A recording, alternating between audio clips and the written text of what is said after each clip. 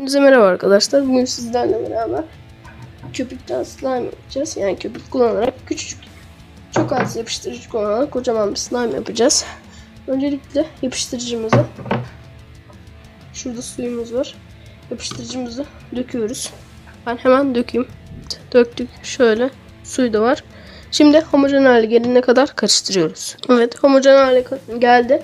Siz isterseniz normal bildiğiniz kendinizi de köpük yapabilirsiniz. Ama ben üşendiğim için böyle köpük sıkacağım.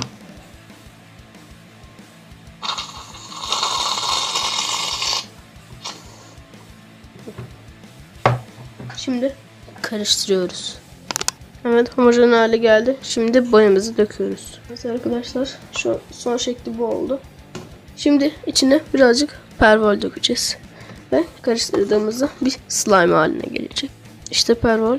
Şimdi döküyoruz. Ve karıştırmaya devam ediyoruz. Evet, kıvama gelmeye başladı.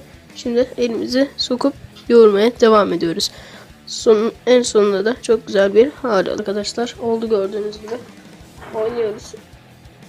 Elimize yapışmıyor. Evet. Güzel bir slime oldu.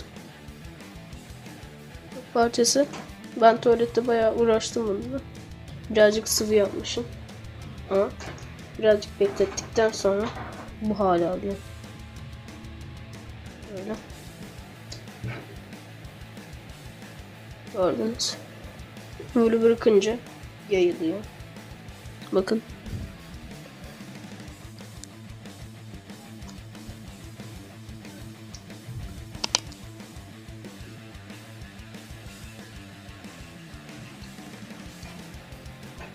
Böyle.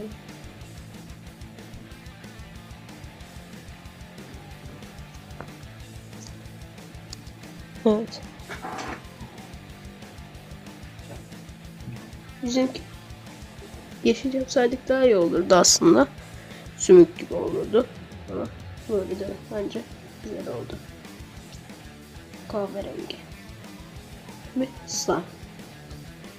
Evet, videolarımızı beğenmeyi ve abone olmayı unutmayınız. Bir dahaki videoda görüşmek dileğiyle. Hoşça kalın diyeceğim, demeyeceğim. Çünkü bu birazcık zararlı arkadaşlar.